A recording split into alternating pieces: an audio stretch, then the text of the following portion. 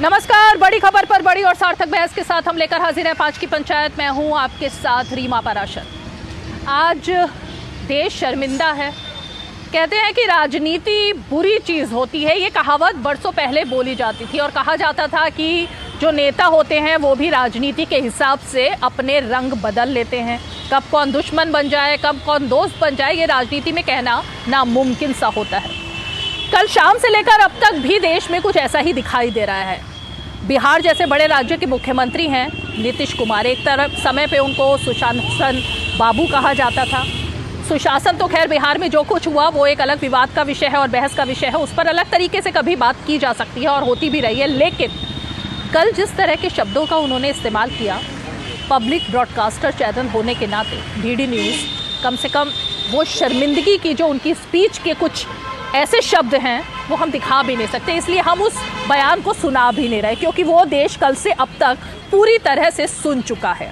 और ये कहीं और नहीं बल्कि विधानसभा में उन्होंने बोला। शर्मिंदगी आज उन्होंने अपने ही बयान पर जताई और निंदा भी की, अपने ही बयान की, माफ़ी भी मांग ली देश से। लेकिन मेरा सवाल नीतीश कुमार से नहीं है। नीतीश कुमार किस विचार के तहत ये बात कर रहे हैं, किस मनोभावना के तहत ये बात कर रहे हैं, और उसके बाद आज उनके जो शब्द वापस लेने का एक ड्रामा चला उसमें किस तरह की राजनीति थी वो एक अलग विषय है। लेकिन आज मेरा सवाल ज़रा उन लोगों से है जिन्होंने नीतीश कुमार के साथ गठबंधन किया है। राबड़ी देवी, उनका एक बयान आया। राबड़ी देवी जिनकी खुद की 9 बेटियां हैं, उन्होंने सिर्फ ये कहकर नीतीश कुमार का बचाव कर लिया कि नीतीश कुमार ने माफ़ी मांग ली है। उनके शब्दों पर उन्होंने अपनी तरफ से कोई बात नहीं की। तेजस्वी यादव जिनकी 8-9 बहनें हैं, वो कह रहे हैं कि वो तो सिर्फ सेक्स एजुकेशन के बारे में बिहार पर बात कर रहे थे, उनकी बात को तोड़ मरोड़ कर मत देखिए। प्रियंका गांधी वाड्रा, उनकी तरफ से मध्य प्रदेश में आज रैली में एक शब्द बाहर नहीं निकला। सोनिया गांधी की तरफ से कुछ नहीं बोला जाता। ममता बनर्जी चुप्पी साधे हुए हैं। सुप्रिया सूले कुछ नहीं बोल रही। ये तमाम वो महिलाएं हैं जो एक एक कर महिलाओं के पक्ष में बात करने के लिए, उनको वोट बैंक बनाने के लिए, उनका वोट मांगने के लिए देश भर में घूमती रहती है। लेकिन आज जब उनके गठबंधन के नीतीश कुमार, जो कि खुद को प्रधानमंत्री पद का उम्मीदवार, दावेदार चेहरा उस तौर पर पेश कर रहे हैं, उनकी तरफ से बयान आता है तो सब एक सिरे से चुप हैं। प्रधानमंत्री ने आज इस पर ज़रूर बोला और उन्होंने इस बात को लेकर खेद भी जताया कि देश में ऐसे नेता हैं जो इस तरीके से महिलाओं के बारे में, बहन बेटियों के बारे में बात करते हैं। उस विधानसभा में जहां जब महिलाएं बैठी हुई थी, वो विधायक वो रो करके, आंसू लेकर के बाहर गई नीतीश कुमार के इस बयान पर, जबकि उनके जो विधायक थे वो पीठ थपथपा भी रहे थे और मेज़ भी थपथपा रहे थे। तो ज़रा सवाल का जवाब तलाशने की कोशिश करते हैं कि क्या अब वक्त आ गया है कि नीतीश कुमार को अब राजनीति से संन्यास ले लेना चाहिए या फिर माफ़ी ही काफ़ी है। और उनके गठबंधन के लोगों से भी ज़रा सवाल करेंगे कि क्यों वो लड़की हूँ, लड़ सकती हूँ वाली प्रियंका गांधी वाड्रा मध्य प्रदेश में आती हैं तो नीतीश कुमार पर कुछ नहीं बोलती। ज़रा इन सभी सवालों के जवाब लेंगे, लेकिन ज़रा उन बयानों पर नज़र डालते हैं जो कल से अब तक इस खबर के बाद देश भर में सुनाई दिए।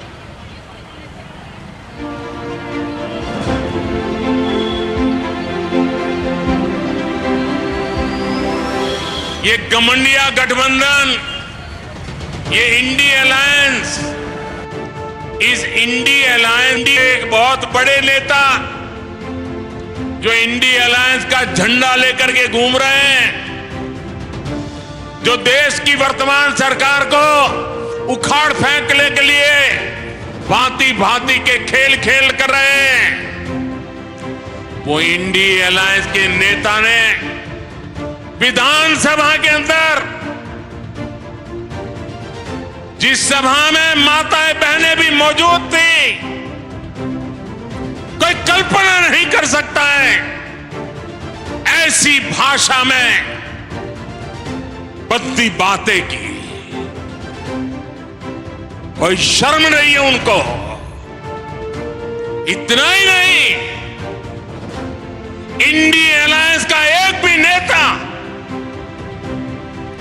माताओं बहनों के इतने भयंकर अपमान के खिलाफ एक शब्द बोलने के लिए तैयार नहीं हुआ।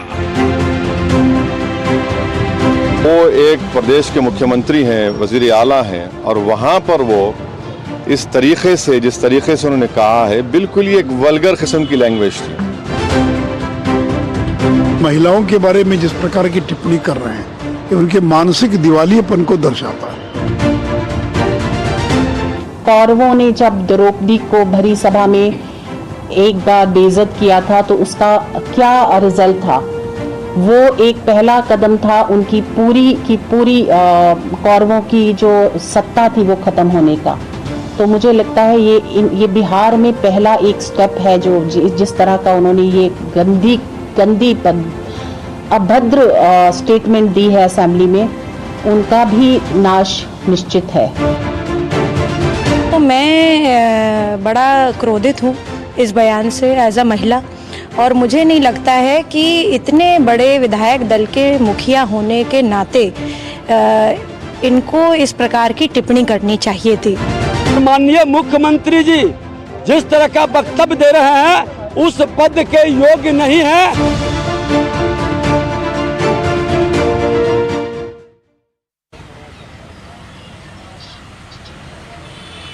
तो ये तो वो बयान रहे जिनको लेकर सनसनी पैदा है पूरे देश में। कई सारे सवाल खड़े हो रहे हैं। नीतीश कुमार को कोई दिवालियापन कह रहा है, लेकिन हम तो ये कहेंगे कि क्या नीतीश कुमार बी ग्रेड फिल्में ज़्यादा देखते हैं? ये तो बी ग्रेड से भी थर्ड ग्रेड उनकी भाषा थी जिसको लेकर सवाल खड़े हो रहे हैं। बेहद ही खास मेहमान हमारे साथ जुड़ने वाले हैं और ज़रा उनसे भी सवाल जवाब होंगे और अलायंस के कुछ पार्टनर से भी सवाल जवाब होंगे। लेकिन ज़रा सीधे आपको लिए चलते हैं छत्तीसगढ़ के मुख्यमंत्री भूपेश बघेल की सभा में और फिर तुरंत लौटते हैं जब हमारे साथ ये खास मेहमान जुड़ जाएंगे। मैं पूरा करो, मैं कहता हूँ, लेकिन ये मोदी है बोनस दे पर रोक लगा है, वो प्रतिबंध ला हटा जाए। रमन सिंह के 2 साल के बोनस ला नहीं दे। मंच के खरोरख मंच में मैं कहा था, किसान भाई मन के बीच में कहा था, 2 साल के बोनस ला हूँ मैं अनुमति बदलवा।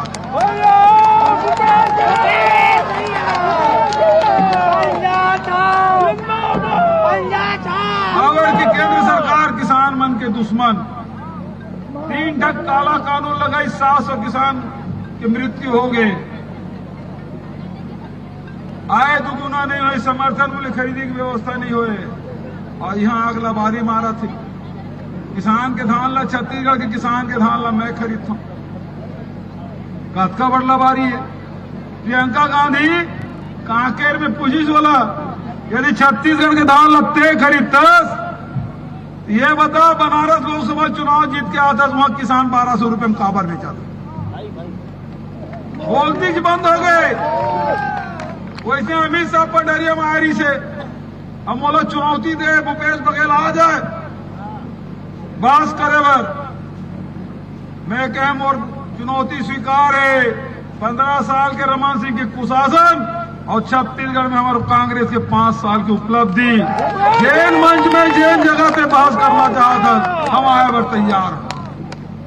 लेकिन आज तक के अमित शाह पलट के नहीं कहे कि आ जाते खरोरख मैदान में आ जा बहस कर लेता। लेकिन अभी अमित शाह बस अफवाह फैलाने लगे। 5 साल में जन काम करें आप सबके सामने है, चाहे ऋण माफी की बात हो, चाहे 2500 रुपये क्विंटल में धान खरीदी की बात हो। ये साल तो पिछले साल धान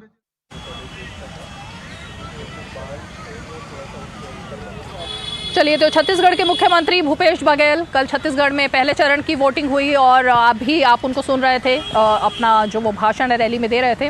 ज़रा लौटते हैं वापस नीतीश कुमार की शर्मिंदगी को लेकर और उनके जो शब्द हैं उस पर मचे बवाल को लेकर। बेहद ही खास मेहमान जुड़ गए हमारे साथ। मैं परिचय करा देती हूँ अपने खास मेहमानों का। हमारे साथ बीजेपी का पक्ष रखने के लिए बीजेपी की प्रवक्ता शाजिया इल्मी जी जुड़ गई हैं। हमारे साथ सैयद जवाद जी, राजनीतिक विश्लेषक और जिनकी कांग्रेस पार्टी के पक्ष में बात करने के लिए जाने जाते हैं, सैयद जवाद जुड़ रहे हैं। नित्य रंजन कुमार जी जो कि एलजेपी के तरफ से उनके प्रवक्ता हमारे साथ सीधे जुड़ रहे हैं। रेणु पासवान जी जो कि सामाजिक कार्यकर्ता और महिलाओं के लिए आवाज़ बुलंद करने के लिए जानी जाती हैं। और कुछ ही देर में हमारे साथ आरजेडी की प्रवक्ता सारिका पासवान जी भी जुड़ रही हैं। लेकिन सैयद जवाद जी, ज़रा शुरुआत आप ही से करना चाहूँगी।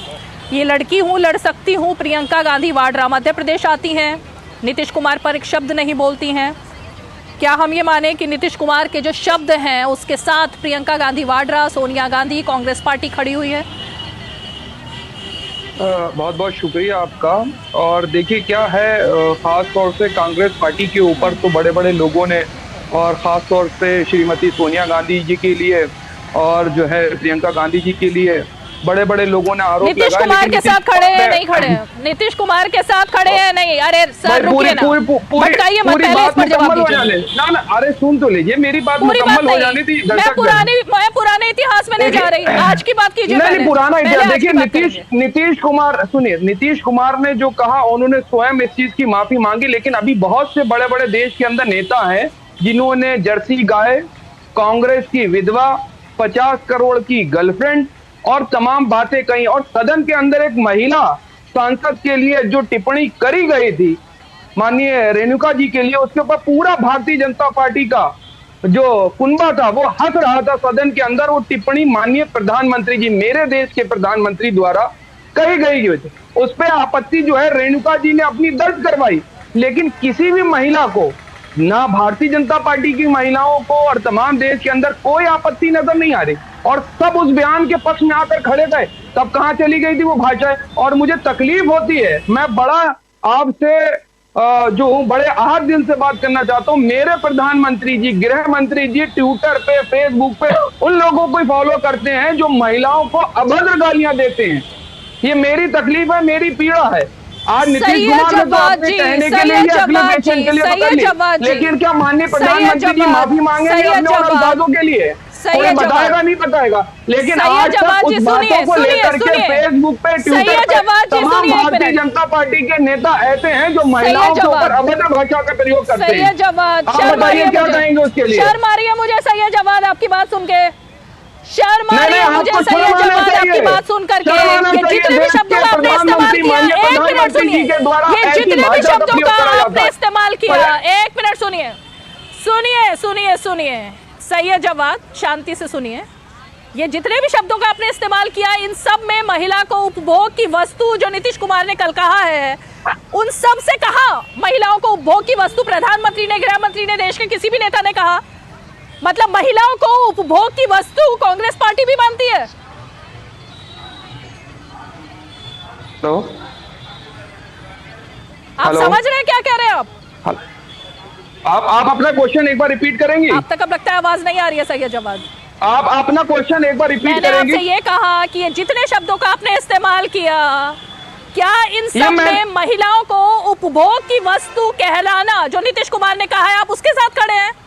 इस पर शर्म आती है नहीं आती है कि महिलाओं को उपभोग की वस्तु माना जाए? मेरे नहीं, मुझे बहुत शर्म आती जब माननीय प्रधानमंत्री जी और भारतीय जनता पार्टी के लोग इस तरीके के बयानबाजी करते हैं। मुझे बहुत शर्म आती है, मेरा शर्म से सर जो है झुक जाता है जब सदन के अंदर एक महिला को क्या कह करके कहा जाता है और पूरा सदन हंसता है। मुझे बहुत अपमानित फील होता है। मैं क्या करूं? मेरे देश के प्रधानमंत्री को मैं बहुत आदरपूर्वक देखता हूं। प्रधानमंत्री पद की एक गरिमा होती है, एक सम्मान होता है, लेकिन मेरे माननीय प्रधानमंत्री जी किसी महिला के लिए कहते हैं 50 करोड़ की गर्लफ्रेंड, हाइब्रिड बच्चा, कांग्रेस की विधवा, ये किसके लिए? बार-बार रिपीट कर रहे हैं आप अपनी बात को सैयद जवाद। मैं इस वक्त मध्य प्रदेश में बैठी हूँ जहाँ पर चुनाव हो रहा है। देश की महिलाएं, वो लड़कियां जिनको लेकर प्रियंका गांधी स्लोगन ले लेकर घूमती थी, वो सब आपकी बात सुन रहे होंगे और वो सब शर्मिंदा हो रहे होंगे। मुझे लगा था कि आप इस मंच पर आकर आज कम से कम नीतीश कुमार के अगेंस्ट में बोलेंगे। शाजिया एल्मी का रुख करूंगी मैं, शाजिया एल्मी का रुख करूंगी मैं। शाजिया जी, गठबंधन की मजबूरी कही जा सकती है। एक मिनट सैयद जवाद, सैयद जवाद रुकिए रुकिए रुकिए रुकिए रुकिए रुकिए क्या कह के छोड़ा गया था पिंकी बानो? सैयद जवाद नॉन स्टॉप मत बोलिए, रुकिए जरा, रुकिए सैयद जवाद। बलात्कारियों के okay okay, Bharatiya Janata party के लोग, तब आपका दिल आहत नहीं होता है? कहाँ चली जाती है नैतिकता? ये दोहरा मापदंड। आते उस मुद्दे पर आते हैं। रुकिए रुकिए रुकिए रुकिए रुकिए सैयद जवाद, एक तो आप हाईजैक मत कीजिए, हाईजैक मत कीजिए और नॉन स्टॉप मत बोलिए। आपको म्यूट करना पड़ेगा मुझे सैयद जवाद, मुझे म्यूट करना पड़ेगा अगर आप इसी तरह नॉन स्टॉप बोलेंगे। इस तरह से डिबेट नहीं होती है यहाँ पर। शाजिया एल्मी का रुख करूंगी मैं। शाजिया एल्मी गठबंधन की मजबूरी कहेंगे इसको कि बिहार से लेकर दिल्ली तक वो महिलाएं जो हर पार्टी की नेत्री मानी जाती हैं, उनकी तरफ से, और खासकर राबड़ी देवी, उनकी पार्टी की प्रवक्ता अभी हमारे साथ जुड़ेगी, मैं उनसे भी सवाल करूंगी, लेकिन कोई शब्द सामने नहीं आया अभी तक। देखिए, दो चीज़ें मैं कहना चाहूँगी। मैंने सुना जवाद साहब जो बातें कर रहे थे, कोई भी बात होती है किसी भी मसले पर, ये पूरी बात को मोदी जी पर ले आते हैं। इनकी दुनिया शुरू होती है मोदी जी से, इनकी दुनिया खत्म होती है मोदी जी से। इनका दिन शुरू होता है मोदी जी का गुणगान करने से, या फिर अपमान करने से, या फिर इनका दिन खत्म वैसे ही होता है। तो इसलिए अब मुझे लगता है, और ये सारे विषय जिन्होंने गिनाए हैं उस पर मैं खुद कई बार बोली हूँ, अलग अलग वक्त में, अलग अलग चैनल्स पर, अलग अलग फॉर्मेट्स में। अब आज देखिए, मैंने अपने पूरी हिस्ट्री में जो पब्लिक लाइफ की रही है, टीवी की रही है, या जो कुछ भी हम लोग जानते हैं, इस तरह की न सिर्फ भाषा शैली, लेकिन जिस तरह से हरकतें उन्होंने जेस्चर्स के साथ बाकायदा गलीज और गंदी भाषा का इस्तेमाल किया, जिस तरह से उन्होंने शब्दों का चयन किया, मुझे बहुत ही तकलीफ के साथ कहना पड़ रहा है कि मैं यकीन नहीं आया कि उन्होंने, और वो कोई एक सेंटेंस नहीं था वो, और इससे भी एक वाक्य नहीं था। जब आप औरों की बात करेंगे तो कई बातें कही गई हैं, लेकिन उन्होंने बाकायदा बहुत तफसील से एक विवरण दिया है, और उसमें किस तरह से बात की है एक सेक्सुअल एक्टिविटी की, या वो कहना चाह रहे हैं, मुझे ख्याल से संभोग का जिक्र कर रहे हैं, लेकिन किस कॉन्टेक्स्ट, किस संदर्भ में और कहाँ पे और किस तरह से, मुझे इतनी शर्म के साथ सुनना पड़ा। मैं सोच रही थी जो लोग वहाँ मौजूद होंगे, महिलाएं को नहीं तो मुझे बुरा लगता है कि क्या उन पर गुजरी होगी, लेकिन जो पुरुष भी थे, आप देखिएगा ज़रा गौर से, तो जब बोल रहे हैं वो, तो आप देखेंगे उनके पीछे जो बैठे हैं लोग, वो बिल्कुल सन्नाटे में हैं, उनके खुद के लोग, तो या तो पूरी तरह से वो अपना संतुलन खो बैठे हैं, लेकिन इतने तफसील में इतनी देर तक उन्होंने जिस तरह से गंदी, गलीज, ओछी और छिछोरी बातें की हैं, और हरकतों के साथ, बाकायदा जेस्चर्स के साथ, वो मुझे लगता नहीं जेब पे देती हैं उनको सबसे ज़्यादा। भाई जाहिर सी बात है, देश को नहीं, महिलाओं को नहीं, उनके अपने विधानसभा को नहीं, बिहार राज्य को नहीं, लेकिन उनके खुद को, उनकी खुद की छवि के लिए कितना बुरा है। मुझे यकीन नहीं आ रहा है, इतने सीनियर लीडर 25 साल से काफी से सत्ता में कैसे बोल सकते हैं ऐसे। तो और ये बहुत आसान है, बातों को डिरेल कर दो, इसकी बात कर लो, उसकी बात कर लो, इसकी बात कर लो, ये बात ना करो, क्योंकि भाई किसी लोग का दिन शुरू होता है मोदी जी को गाली बकने में और खत्म होता है। अरे आप अपना जहर माफी मांगे, अपनी गंदगी और अपना जहर जो है अपने पास रखिए। मेरे पास कोई जगह नहीं है, ना तो मेरे कानों में जहर सुनने की जगह है, ना मेरे हृदय में इस तरह की चीजें को बर्दाश्त बीच में बोलने का। सैयद जवाद बीच में क्यों बोल रहे हैं? तहजीब बीच में क्यों बोल रहे हैं? सैयद जवाद बीच में मत बोलिए, बीच में मत बोलिए सैयद जवाद, अब सलीका सीखिए, बीच में मत बोलिए सैयद जवाद,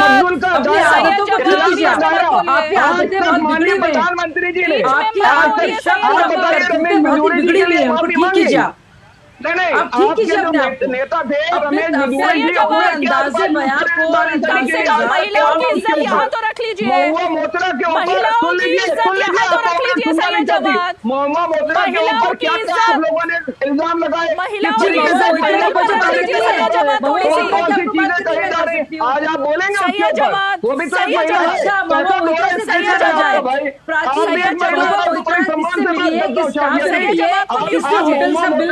सैयद तमाम तरीके के एलिगेशन लगा रहे, तमाम भारतीय जनता पार्टी के लोग महिला का चीरा नहीं कर रहे, और उसके ऊपर आप बोल कहा है नीतीश जी ने कहा उनकी इज्जत नहीं है, लेकिन हम तो सभी महिला भ्रष्टाचार का मामला है और उसमें सवाल सैयद जवाद आपको चुप होना होगा। सैयद जवाद एक सेकंड, इस तरह से यहाँ डिबेट नहीं होती पहली बात। सैयद जवाद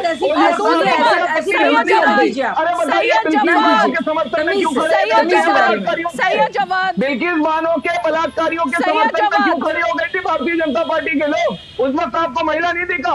कठुआ के अंदर बच्ची का रेप होता है, अगर पैनल पर लोग सुन रहे हैं तो कृपया करके सैयद जवाद को म्यूट कीजिए, इस तरह से डिबेट नहीं होगी। मैं दुनिया भर की बातें करूं, इस विषय पे ना बोलूं। मैं सुनाऊं क्या होता है आपके राज्य में, मैं बताऊं क्या होता है राजस्थान में, एक एक करके हर मामले में जाऊं।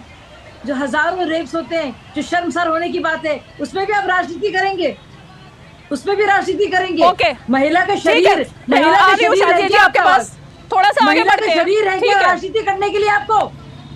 ओके, मैं जरा एक बार क्लियर कर देना चाहती हूँ सैयद जवाद, एक तो आपकी आवाज सुनाई नहीं दे रही है। एक मिनट, आपको म्यूट किया हुआ है मैंने, आपको मैंने म्यूट किया हुआ है सैयद जवाद। और दूसरी चीज, दूसरी चीज़, एक तो सैयद जवाद आप म्यूट हैं, दूसरी चीज़ अगर आप इस तरह से नॉन स्टॉप चिल्लाएंगे तो मैं आपको म्यूट ही रखूँगी, क्योंकि यहाँ पर शो ऐसे नहीं होता। आप कई बार मेरे शो में आ चुके हैं, हर बार मैंने आपसे गुजारिश की है कि इस तरीके से शो को डिरेल मत कीजिए, नॉन स्टॉप मत बोलिए। 2 और मेहमान जुड़े हुए हैं, मुझे उनके पास भी जाना है, लेकिन इस तरह से बदतमीजी शो में नहीं चलती है कि एक महिला बोल रही है और कम से कम इस पैनल पर तो महिलाओं की इज्जत कीजिए। आप वो बोल रही हैं, उनके बाद मैं आप ही के पास आती, लेकिन आप नहीं, सब्र ही नहीं है आपको।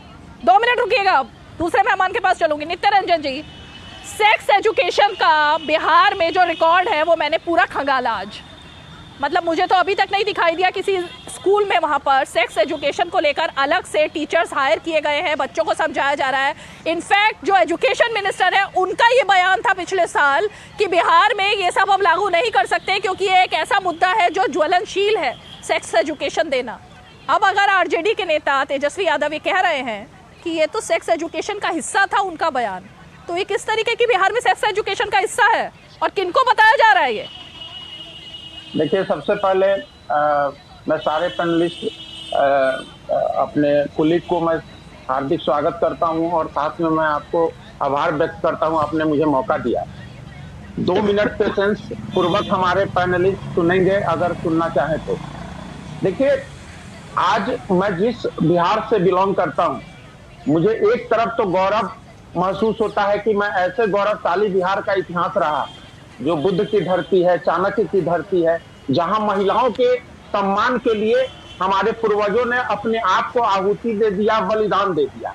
आज मुझे घृणा आती है और शर्म आती है, शायद मुझे लगता है कि मुझे ऐसे बयानों पे, राजनीतिक बयानों पे मुझे आज इस तरीके से डिबेट में बैठना पड़ेगा, इस बात से मुझे शर्म आती है। आज जो सैयद साहब जिस तरीके से ज्यादा जोर से चिल्लाकर, बोलकर अपने गठबंधन के साथियों के ऊपर जो नकाब डालने की कोशिश कर रहे हैं, ये कोशिश कहीं ना कहीं उनके मानसिकता को कहीं ना कहीं परिचायक है, कहीं ना कहीं उनके अंदर के कुंठा को व्यक्त कर रहा है। मैं आपको बता दूं कि अगर चलिए ये सेक्स एजुकेशन का हिस्सा भी है, तो क्या ये सेक्स एजुकेशन का हिस्सा सेक्स एजुकेशन देने की जिम्मेवारी माननीय मुख्यमंत्री जी को थी? और क्या ये विधान परिषद और विधान सभा जैसे लोकतंत्र के मंदिर में ये शिक्षा देने की जगह है? आप किसको शिक्षित करना चाह रहे थे? पहली बात, अगर ये इनकी स्लिप, अरे भाई, शिक्षा देने के लिए जो उन्होंने शब्दों का इस्तेमाल किया, 1 मिनट रुकिए रंजन जी, शिक्षा, ये शिक्षा देने के शब्द थे। मतलब ऐसे शब्द बिहार के मुख्यमंत्री, एक राज्य के मुख्यमंत्री जो घर पर परिवार के साथ बैठकर आप सुन नहीं सकते उनकी स्पीच को, ये किस तरह की शिक्षा है? मैं जरा रेणु पासवान जी, ओके, ठीक है, रेणु पासवान जी का रुख करते हैं। जी बताएं जी। रेणु पासवान जी, क्योंकि आप महिला हकों की लड़ाई लड़ती है, सामाजिक कार्यकर्ता है, ये सेक्स एजुकेशन की आड़ में जिस तरह से महिलाओं की स्थिति दर्शाता है, एक तरीके से एक और नेता जो अब इस देश में नहीं है, मतलब इस संसार में नहीं है, उन्होंने कहा था कि रेप के मामलों में लड़कों से गलती हो जाती है, लड़के हैं गलती हो जाती है। कोई लड़कों की गलती मान लेता है तो कोई लड़कों के बारे में सेक्स को लेकर इस तरह की बात करता है, जिससे पता लगता है कि महिलाओं के लिए उनकी नज़रों में आखिर क्या हैसियत बचती है। और दूसरी तरफ जाति का कार्ड, तो मैं ज़रा आप ही से समझना चाहूँगी थोड़ा सा, क्योंकि आप जगह जगह जाकर इस बारे में बात भी करती हैं। जी, एक्चुअली जब मैंने भी कल सुना ये बातें, मैं विश्वास नहीं कर पाई कि मैं अपने सीएम के मुख से ऐसी बातें सुन रही हूँ, क्योंकि वो बिहार को चला रहे हैं, वो एक फादर फिगर है, गार्जियन है यहाँ के, और अगर वो इस तरीके से बोलेंगे तो मुझे लगता है कि उन्होंने औरों को मौका दिया है बहुत कुछ बोलने का। जगह जगह जब लड़कियां जाएंगी, हो सकता है कि कुछ लोग अभी कमेंट्स भी करेंगे, भोजपुरी गाने ऑलरेडी इन सब चक्करों में बहुत लाइक इनफेमस है, हो सकता है लोग अभी इस मुद्दे पे भी गाने बनाएंगे। आप समझ रहे हैं इसकी जो रिजल्ट होगा ये काफ़ी बड़ा होने वाला है। दो उन्होंने माफ़ी मांगी है, मैं मानती हूँ, लेकिन जो मुख से बात निकल गई है वो निकल चुकी है, और जिस शब्दों की तरह उन्होंने इस चीज़ को समझाया है ये कतई बर्दाश्त करने लायक नहीं है। महिला जो खुद वो 8 मार्च को महिलाओं को सम्मान करते हैं, इंटरनेशनल वुमेन्स डे के दिन, अगर वो उस चीज़ के बारे में, सेक्सुअल एक्टिविटी को एकदम प्योरली डिस्क्राइब कर रहे हैं वहाँ पे उस भी सदन में जाके, वो तो लाइक सुनने के लायक ही नहीं है। मुझे लगता है कि ये बहुत ही निंदनीय कार्य है एंड सबको इनसे सबक लेनी चाहिए कि ये प्राइवेट पार्टी नहीं हो रही थी या फिर प्राइवेट टॉक्स नहीं हो रहे थे जहाँ पे आप मन मर्जी कुछ भी बोल लें। विधानसभा, विधान परिषद ऐसी जगह है जहाँ पे शब्दों का चयन बहुत आराम से, अच्छे से, सहजता से सारी बातें को रखनी चाहिए थी। और एक और चीज़ मैं ये बोलने की कोशिश करूँगी कि बिहार में अगर लड़कियों को एजुकेशन आपने दिया और उनसे ये एक्सपेक्ट कर रहे हो कि पॉपुलेशन कंट्रोल सिर्फ वुमेन का मुद्दा है, तो फिर लड़कों को तो एजुकेशन काफ़ी टाइम से मिल रहा था, उन्होंने क्यों नहीं सीखा ये सब चीज़ें? When to stop, he has to learn it, not that we women will give them the support, right? बहुत सारी चीजें हैं, ये समझने की बात है। इन केस अगर सैयद जवाद जी, बहुत ही विनम्रता से आपसे सवाल है। ओके, अब मैं आ रही हूँ आपके पास। सैयद जवाद जी, एक तो आप अब प्लीज़ जब मैं रोकूं तो रुक जाइएगा, क्योंकि एक तो मैं दूर बैठी हूँ, मैं स्टूडियो में नहीं हूँ, वरना वहाँ पर बहुत आसानी से हम वार्तालाप कर सकते हैं, लेकिन कम से कम दूसरे मेहमानों की भी ना इज्जत रखनी चाहिए। सैयद जवाद जी, बिहार एजुकेशन के मामले में कहाँ है? नीचे से नंबर 2 पर। जब सारे राज्य खत्म हो जाते हैं ना, तो नीचे से नंबर 1 पर है झारखंड और उसके ऊपर आता है बिहार का नंबर। ये तो वहाँ पर एजुकेशन की स्थिति है, उसमें भी वो सेक्स एजुकेशन की बात कर रहे हैं। मैं सिर्फ आपसे ये जानना चाहती हूँ, आज राजनीति छोड़ करके क्या आपको नहीं लगता जो बात यहाँ पर पासवान जी ने कही है, रेणु पासवान जी ने, इसके रेपरकशन क्या होने वाले आप समझ सकते हैं? कैसी फप्तियाँ कसी जाएंगी लड़कियों पर, सड़कों पर, किस तरीके से उनके बारे में बात की जाएगी, किस तरीके से स्कूल में उनके बारे में बात की जाएगी, क्योंकि मुख्यमंत्री ने ऐसी बात कर दी है। इसका जी देखिए, समझ रहे हैं आगे आने वाले दिनों में क्या होने वाला है? देखिए, ये इसमें एक सवाल, आपके एक सवाल में कई सवाल हैं, और उसका पहला सवाल आपका जायज है, बहुत अच्छा है और स्वागत योग्य है। देखिए क्या है, आप जो बात कर रही थी महिला एजुकेशन की और चाहे आप पुरुष एजुकेशन की, जो एक बात कही जाती थी, जो एक चीज फैलाई जाती थी खासतौर पे जनसंख्या को लेकर के, उसका डायरेक्ट ताल्लुक जो है वो एजुकेशन से, और एजुकेशन से जितनी भी, मुझे लगता है एक चीज मैं और बोल दूं ताकि आपका भी विवाद खत्म हो जाए, तरीका और भी बेहतर इख्तियार कर सकते थे माननीय नीतीश कुमार जी, इसीलिए उन्होंने अपनी बात का खेद करा। लेकिन जो बात कर रहे थे वो महिला एजुकेशन के ऊपर बात कर रहे थे।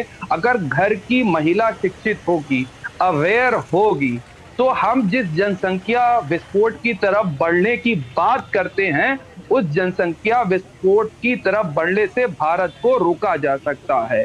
टोटल डीएफआर अगर देखेंगे, फर्टिलिटी रेट देखेंगे, सैयद जवाद जी, अभी मैं गंभीर के अंदर आप बहुत गंभीर बात उठा रहे हैं, आप बहुत गंभीर बात उठा रहे हैं। एक मिनट रुकिए सैयद जवाद जी, आप बहुत गंभीर और बहुत अच्छा मुद्दा उठा रहे हैं, लेकिन मैं सिर्फ अभी तक आप मुद्दे पर नहीं आए। क्या आप अपने घर में, अपने घर की बेटियों से, अपने घर की बहनों से नीतीश कुमार ने जिस तरीके की बात की है वैसे बात करते हैं? क्या उनको समझाने का तरीका आपका भी ऐसा ही होता है? मैं ये जानना चाहती हूँ आपसे। अभी तक खेद क्यों नहीं आप व्यक्त कर पा रहे हैं? नहीं, आपकी नाराजगी या विपक्ष की नाराजगी जायज हो सकती है कोई, लेकिन वो जो बात कह रहे थे, आपको उनके एक्सप्लेनेशन पे आपत्ति अगर है तो उन्होंने उस चीज के लिए खेद व्यक्त करा है, लेकिन जो वो बात कह रहे हैं महिला एजुकेशन के ऊपर, उस बात को भी समझना चाहिए। वो बहुत इंपॉर्टेंट बात कर रहे थे, वो नहीं कह रहे हैं, वो नहीं कह रहे हैं। और देखिए एक बात और सुनिए, आप आई थिंक कल की बात कर रहे हैं। नित्यारंजन जी जवाब दीजिए। थोड़ा सा हाँ नित्यारंजन जी बोलिए। ये जो खेद व्यक्त कर रहे हैं, ये सुनियोजित और सोची समझी दिया गया बयान है, ये ऐसा नहीं है कि ना, अब आप राजनीति कर रहे हैं, अब आप घटिया राजनीति कर रहे हैं, अब आप घटिया स्तर पे उतर रहे हैं, आप घटिया स्तर के ऊपर राजनीति करने पे उतर आए, और आपका चेहरा बता रहा है कि आप घटिया लेवल से उतर करके राजनीति के स्तर को गिराने की बात कर रहे हैं। आप नहीं चाहते कि महिलाएं एजुकेटेड हो, आप नहीं चाहती कि महिलाओं के अंदर अवेयरनेस बढ़े, आप नहीं चाहते हैं कि देश के अंदर, प्रदेश के अंदर तरक्की हो, आप नहीं बात करना चाहते हैं कि बिहार के अंदर और झारखंड के अंदर तमाम जगहों पर महिलाओं को अच्छी शिक्षा प्रदान की जाए। सैयद जवाद जी और नित्यारंजन जी एक सेकंड, सैयद जवाद जी सुनिए, एक सेकंड,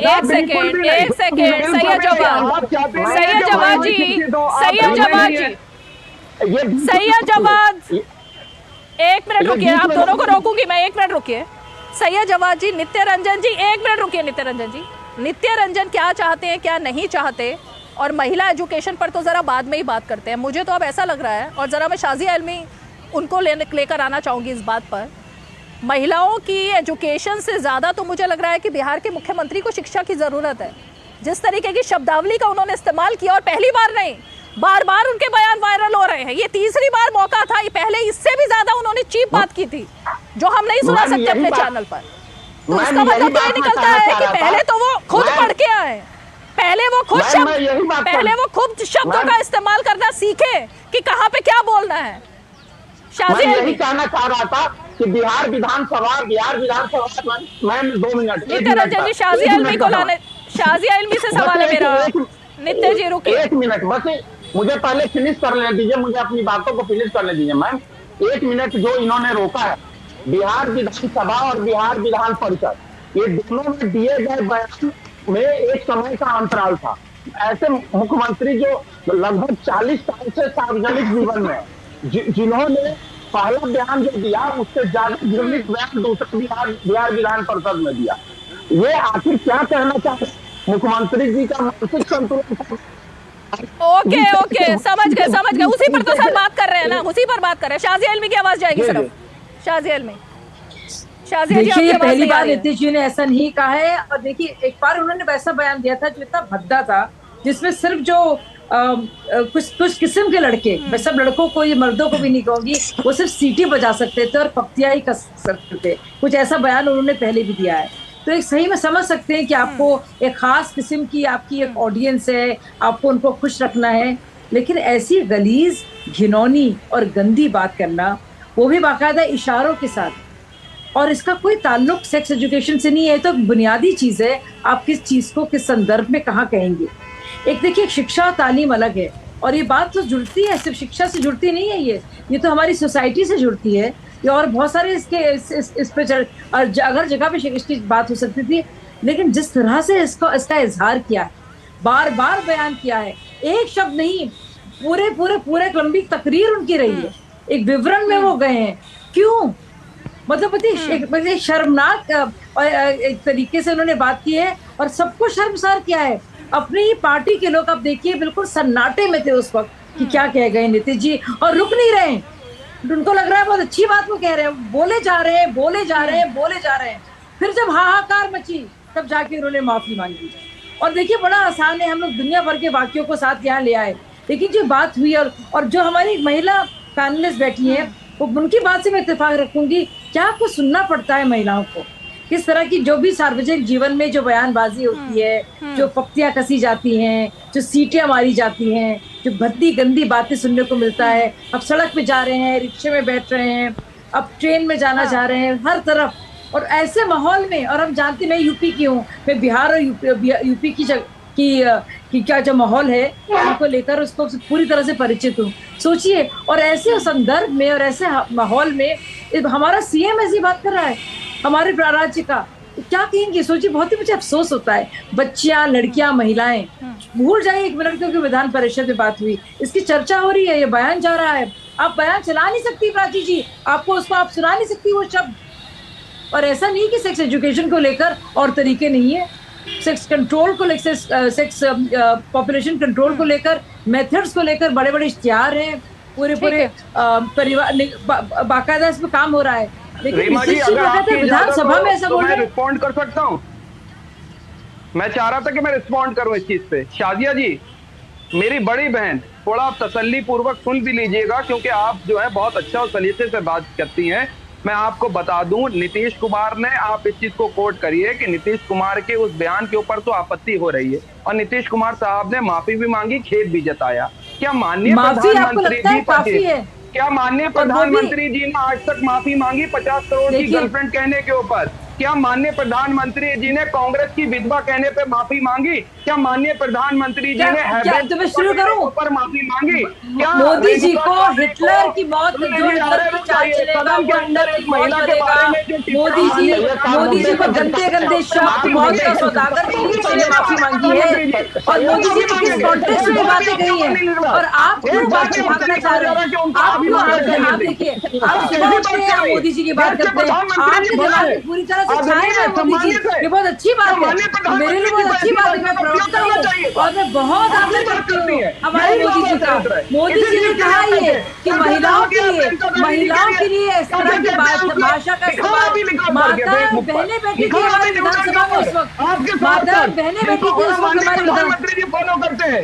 अरे आप कैसे बोलते हैं? आपके तरीके, आपको जो तरीका है ना इस तरह से हाथ बढ़ा कर चिल्लाने का, आप नहीं, मुझे अफसोस होता है जिस तरह से आप बोलते हैं, जिस तरह से आपकी बॉडी लैंग्वेज है, जो आपकी भाषा शैली नहीं, जो आपकी बॉडी लैंग्वेज है, मुझे अफसोस होता है। घर की जो महिलाएं हैं आपके घर में, उनके लिए मुझे अफसोस होता है। उनके लिए अफसोस होता है। तरीका अपनाना शुरू कर दिया है सैयद जवाद, आपने फिर वही तरीका अपनाना शुरू कर दिया है सैयद जवाद। ये नहीं है ना, नहीं सही तरीका नहीं है सैयद जवाद। आप नॉन स्टॉप नहीं बोलेंगे ना, नॉन स्टॉप नहीं बोलेंगे सैयद जवाद।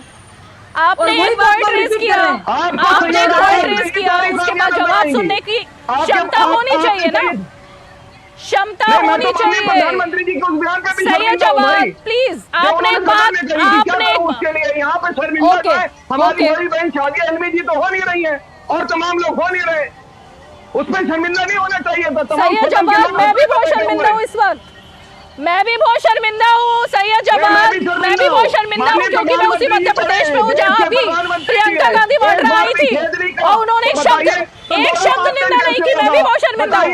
मांगिए प्रधानमंत्री जी को माफी मांगना चाहिए। बहुत शर्मिंदगी हो रही है जान करके, बताइए ये जानकर बहुत शर्मिंदगी हो रही है सैयद जवाद। प्रधानमंत्री जी को माफी मांगना सैयद जवाद सुनिए एक मिनट, सैयद जवाद, सैयद जवाद, सैयद जवाद, सवाल के जवाब में सवाल मत कीजिए ना, सवाल के जवाब में सवाल नहीं, सवाल के जवाब में सवाल नहीं सैयद जवाद। एक जवाब तो ले लीजिए भाई, इतना जवाब लीजिए, इतनी सैयद जवाद बोल चुके हैं कि सैयद जवाद ये 1-to-1 इंटरव्यू नहीं चल रहा। सैयद जवाद, सैयद जवाद रुकिए रुकिए रुकिए, थामिए थोड़ा, थामिए थोड़ा, म्यूट कीजिए इनको, ये देश को सैयद जवाद को म्यूट कीजिए। जोड़ो भारत जोड़ो, यही तो नेता का नारा है हमारे, यही तो कह रहे हैं वो, नफरत छोड़ो भारत जोड़ो, जोड़ो जोड़ो भारत जोड़ो। क्या आपत्ति इस चीज में? सैयद जवाद आप म्यूट हो गए हैं, आप म्यूट हो गए सैयद जवाद। क्या तमाशा बना रहे हैं आप लोग, क्या तमाशा बना रहे हैं?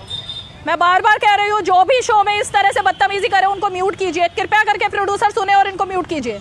नित्या रंजन जी आप कुछ कह रहे थे?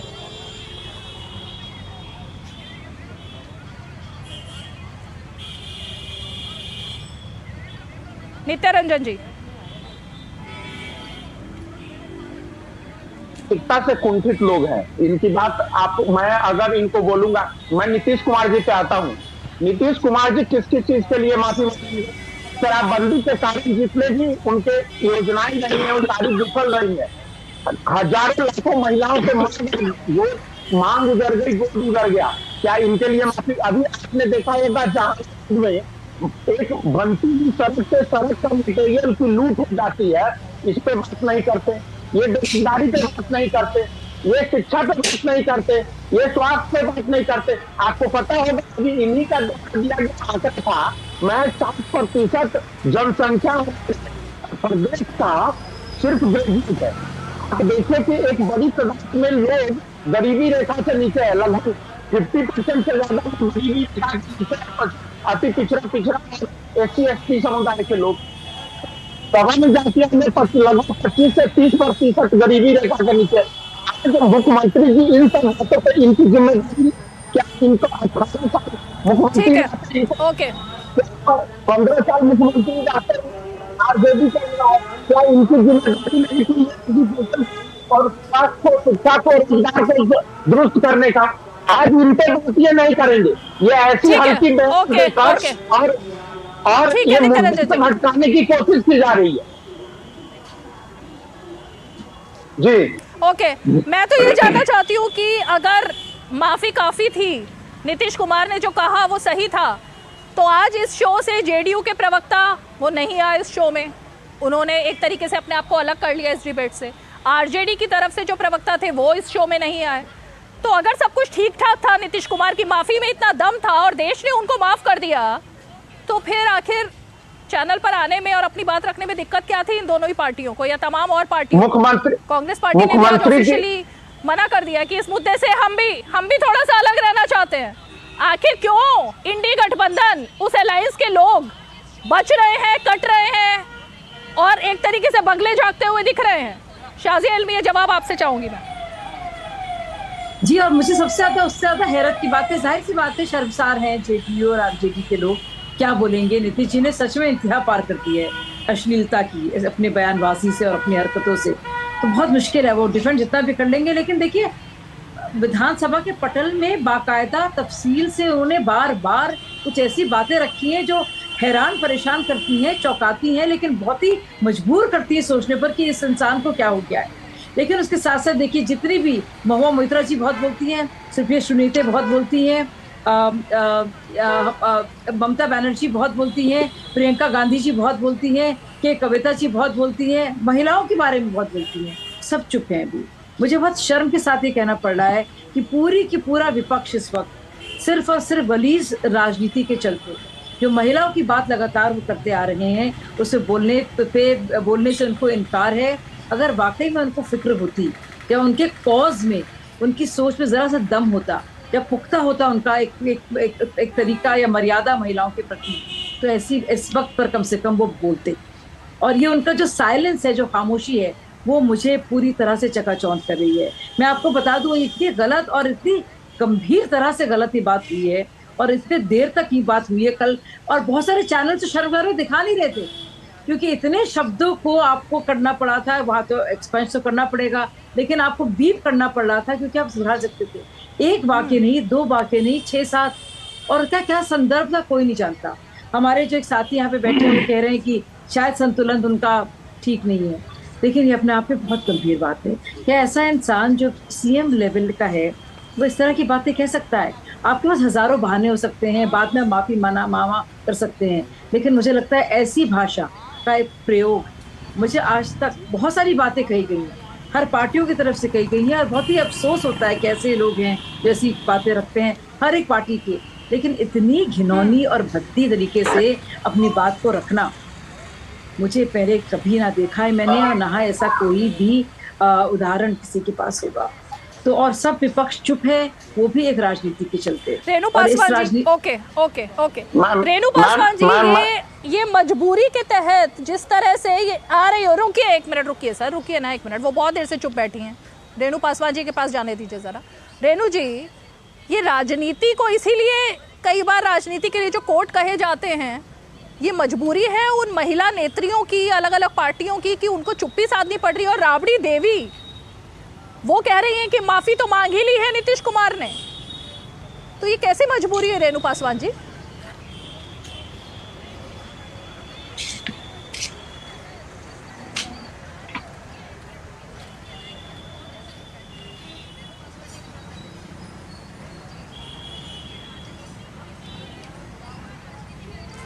चलिए, हमारे साथ सूरज मंडल जुड़ गए हैं। बहुत देर से इंतजार था कि कोई पक्ष रखने के लिए आरजेडी का है, तो आरजेडी के समर्थक सूरज मंडल जी हमारे साथ जुड़ गए हैं। सूरज मंडल जी, काफी देर से आप जुड़े, लेकिन कोशिश हमारी ये है जानने की कि क्या आरजेडी की तरफ से नीतीश कुमार को अब ये कहा जाएगा कि वो संन्यास ले ले राजनीति से और अब अपना बाकी का जीवन संन्यास लेकर गुजारें, जिस तरह की शब्दावली का इस्तेमाल किया उन्होंने?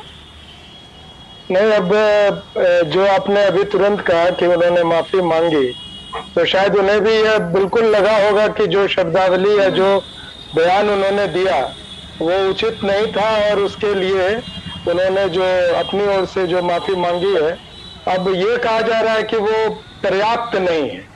अब प्रश्न उठता है कि इसमें जो हाउस में जो कोड ऑफ कंडक्ट होता है या जो वो अनपार्लियामेंट्री कुछ बातें होती है, वो अगर जो सभाध्यक्ष है वो उनके ऊपर निर्भर करता है कि वो उसको किस तरह से कानूनी रूप से लेते हैं। अगर उनके माफीनामा को सभाध्यक्ष नहीं मानते हैं तो निश्चित तौर से उस पर जो आगे है वो अन्य दलों को भी और बाकी जो जनता है उनको भी प्रतिक्रिया देनी होगी। और अगर उसको उस पूरे प्रोसीडियर से, असेंबली प्रोसीडिंग से उसको हटा दिया जाता है और उनकी माफी को स्वीकार कर लिया जाता है, तो मैं समझता हूं कि इसको I think it should rest at that. लेकिन सबसे बड़ी अहम बात है कि इस पूरे मैं तो बातचीत के पीछे चाह रही थी मैं आपका पक्ष जानना चाह रही थी सूरज मंडल जी। मैं तो आपका पक्ष जानना चाहती थी ना, क्योंकि महिलाओं की स्थिति क्या है देश में नीतीश कुमार की नजर में, मैं ये जानना चाहती थी आपसे। महिलाओं की क्या बिहार में क्या हाँ बताइए। नरेंद्र मोदी की सरकार ने महिला आरक्षण लागू किया, उसमें ओबीसी को स्थान नहीं दिया, SC/ST महिलाओं को स्थान नहीं दिया। बिहार में नरेंद्र मोदी की सरकार नहीं है सूरज मंडल जी, बिहार में नीतीश कुमार और तेजस्वी यादव की सरकार है। मैं बिहार की बात कर रही हूँ, बिहार विधानसभा की बात कर रही हूँ, बिहार विधानसभा में नीतीश कुमार के स्टेटमेंट की बात कर रही हूँ, बिहार में सेक्स एजुकेशन की बात कर रही हूँ, बिहार में महिलाओं के ऊपर लिखे गए शब्दों की बात कर रही हूँ। अभी बिहार की बात कर रही हूँ मैं, बिहार की बात करते हैं। क्या बिहार देश का हिस्सा है या नहीं है? वही तो मैं पूछ रहा हूँ कि बिहार देश से बिहार की विधानसभा में मुख्यमंत्री का बयान आपने सुना, और तो बिहार पर बात करिए ना, थोड़ा बिहार पर आ जाते हैं सर, बिहार पर आते हैं सर। चलिए, केंद्र सरकार द्वारा महिला आरक्षण बिल लाया गया है। नरेंद्र मोदी बिहार में नहीं है, नरेंद्र मोदी नहीं है, लेकिन नरेंद्र मोदी की जो पार्टी है वो तो है ना बिहार में। और जहां तक सवाल उठता है कि पूरे प्रकरण का, इसमें दो बातों को गौर करना चाहिए। मैं जो पॉइंट आपको बताना चाह रहा हूं कि महिला आरक्षण बिल जो लाया गया, उसमें दबी कुचली महिलाओं को चूंकि स्थान नहीं है, कल अगर ऐसा ही मसला दोबारा विधानसभा या किसी राज्य के विधानसभा में आता है तो कौन, आप कह रही थी अभी कि महिला नेत्री को मौका नहीं मिलता है, वो अपनी बातें बोल नहीं सकते हैं। जब महिला आरक्षण बिल में सिर्फ सवर्ण महिलाओं को आप स्थान देंगे, जो दबी कुचली महिलाएं हैं उनको स्थान नहीं मिलेगा, तो कहां से वो बोल पाएंगी? अगर ये बात गलत थी तो इस बात को कहने का पर्याप्त साहस। महिला आरक्षण का नीतीश कुमार की सोच, उनके शब्दों से क्या लेना देना है? महिला आरक्षण का कल के स्टेटमेंट से क्या लेना देना है? राबड़ी देवी ने आज जो कहा उससे क्या लेना देना है, ये बताइए मुझे। नीतीश कुमार किस संदर्भ में वो बात कह रहे हैं? नीतीश कुमार जो भी बात कहे, जिनके लिए उन्होंने माफी मांगी है, बताइए मुझे। वो तो खुद ही नहीं समझ रहे थे वो क्या बोल रहे हैं। वो संदर्भ ये था कि जो राज्य में जो जाति जनगणना के साथ आर्थिक जो रिपोर्ट पेश की गई, और उस आर्थिक रिपोर्ट पे तो बहस आप कर नहीं रही है। आपने वो मुद्दा उठाया, और जो देश के सामने अहम मुद्दा है, जो आर्थिक रूप से जो सूरज मंडल जी, आप एक ऐसी पार्टी के समर्थन में है जो बिहार की पार्टी है। बिल्कुल, एक मिनट। हाँ, सूरज मंडल जी, आप एक ऐसी पार्टी के समर्थन में है जो बिहार में सरकार में है। मैं जरा आपको थोड़ा सा ना हकीकत बता दूं, अगर आप पढ़ लिख कर हमसे बात करें तो जरा मैं बता दूं कि इस वक्त 30 बच्चों पर एक टीचर, और ये भी 35% प्राइमरी स्कूलों की हालत है। तो बताइए फिर एजुकेशन की बात कर लेते हैं। अगर आप इतना डिफेंड कर रहे हैं नीतीश कुमार को कि उन्होंने तो शिक्षा का ज्ञान दिया है देश की महिलाओं को और पुरुषों को, ना तो वहाँ प्राइमरी टीचर है ना ही अपर प्राइमरी टीचर है, बिहार का नंबर नीचे से दूसरा आता है। बिहार के बच्चों को दिल्ली और देश के अलग अलग इलाकों में जाकर पढ़ाई करनी पड़ती है। ये तो हालत है बिहार की शिक्षा व्यवस्था की। बिहार के एजुकेशन मिनिस्टर, अभी बिहार सरकार ने जो नियुक्तियां की है उस पर सूरज मंडल सरकार ने, ये ज्ञान मत दीजिए यहाँ पर आकर आप। नहीं, सिर्फ ज्ञान नहीं, अभी आपने शिक्षा की बात की और जो रोजगार की बात की, अभी लाखों लोगों को आप अकेले बिहार में नीतीश कुमार को डिफेंड मत कीजिए, एक बार आप भी माफी मांगी लीजिए। चलिए, नहीं, मैं तो चाहता हूँ कि जो तमाम जो इस तरह की बातें हैं उस पर विस्तार से चर्चा हो। क्या आप नहीं जानते हैं कि पार्लियामेंट में कैसे शब्दों का प्रयोग किया गया है? मैं सभी उदाहरण नहीं देना चाहता हूँ, क्योंकि ये हमारे देश की जनतांत्रिक जो मूल्य है और जो संस्थाएं हैं उन पर बहुत बैड रिफ्लेक्शन होता है। लेकिन सबसे बड़ी बात है कि जो अभी आपने कही कि रोजगार और शिक्षा में राजनीति से संन्यास लेने के लिए आप कहेंगे या नहीं कहेंगे, ये बताइए। सूरज मंडल जी, समय नहीं है मेरे पास, माध्यम से तमाम राज्यों समय नहीं है। सूरज मंडल जी, क्या नीतीश कुमार को राजनीति से संन्यास लेना चाहिए? क्या नीतीश कुमार को अब राजनीति से संन्यास ले लेना चाहिए? देश की महिलाओं की ये आह्वान है उनके लिए। अब बहुत शर्मिंदा है देश की महिलाएं। एक बयान नहीं है, तीसरा बयान है लगातार। नहीं, तीसरा तो नहीं, मुझे तो पहले बयान की ये जानकारी है। आप तीसरा कह रहे हैं तो आप लोगों ने लेखा जोखा रखा होगा। लेकिन जो अभी जिस मुद्दे पर चर्चा हो रही है उसमें भी पार्लियामेंट में भी महिलाओं का उपहास किया गया था, जो हमारे देश के सदर हैं उनके द्वारा, जो रेणुका चौधरी के बारे में कहा गया था, या बाद उसके पहले जो सोनिया जी के बारे में कही गई थी। तो इस तरह की जो बातें हैं ये सभी बातें निंदनीय है। मैं आपकी बातों से सहमत हूँ कि इसमें इसकी निंदा की जानी चाहिए। चलते चलते सबसे फाइनल कमेंट, 1 मिनट रुकिए। सूरज मंडल जी, आपने और सैयद जवाद ने आपसे पहले जिन बयानों का जिक्र किया उसमें कहीं पर भी बेडरूम में पुरुष और स्त्री के जो संबंध है उनके बारे में कोई जिक्र किसी नेता ने अब तक नहीं किया था। और देश में कहीं तो मर्यादा रखेंगे नेता या नहीं रखेंगे, या नेता बन गए हैं तो कुछ भी बोलेंगे, नेता बन गए हैं तो उनको सब छूट माफ है। शाजिया भी जवाब देगी अंत में। यही तो मैं कह रहा हूँ कि सूरज मंडल जी कि कहीं पर राजनीति छोड़ करके ये बोलना चाहिए कि नेताओं को भी। हाँ बिल्कुल मैं इस बात में सहमत हूँ कि राजनीति छोड़ के इस बात पर ध्यान देना चाहिए कि सम्मानीय शब्दों का प्रयोग और अनपार्लियामेंट्री लैंग्वेज नहीं देना चाहिए।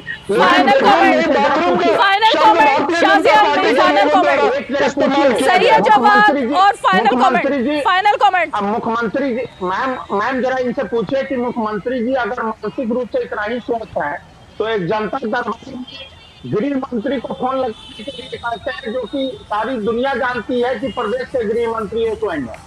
एक अपर सचिव को ही कहते हैं कि अपर सचिव से मिल लीजिए किसी एक मुद्दे को लेकर। आज गाहे बगाहे मुख्यमंत्री जी अपनी मानसिकता का खुद परिचय देते रहते हैं। जिस स्तर का बात इन्होंने किया है ये स्तर किसी भी हद तक किसी भी सोसाइटी में ये एक्सेप्टेबल नहीं है, और खासकर संवैधानिक पद पे बैठे हुए व्यक्ति के लिए बिल्कुल भी नहीं है। ओके, फाइनल कमेंट पहले सैयद जवाद, उसके बाद शाजिया इल्मी से खत्म करेंगे। सैयद जवाद जी, एक राहत इंदौरी साहब का एक बड़ा मशहूर शेर है कि अंधेरे चारों ओर साए साए करने लगे। हाँ, सुनाइए। हाथ उठाकर दुआएं करने लगे, और सलीका जिनको सिखाया था हमने चलने का, आज वही लोग हमको दाएं बाएं करने लगे। क्योंकि आपको बोलने से पहले मैं जानता हूं कि इस बात से मेरी बात सहमत नहीं होंगे। देखिए, सबसे पहले तो मैं बोलूंगी जी, शब्दों की मर्यादा, गरिमा का ध्यान सभी को रखना चाहिए, इसमें कोई, लेकिन मुझे लगता है कि आज सही मौका है। बहुत तरीका समझा रहा है। नहीं, देखिए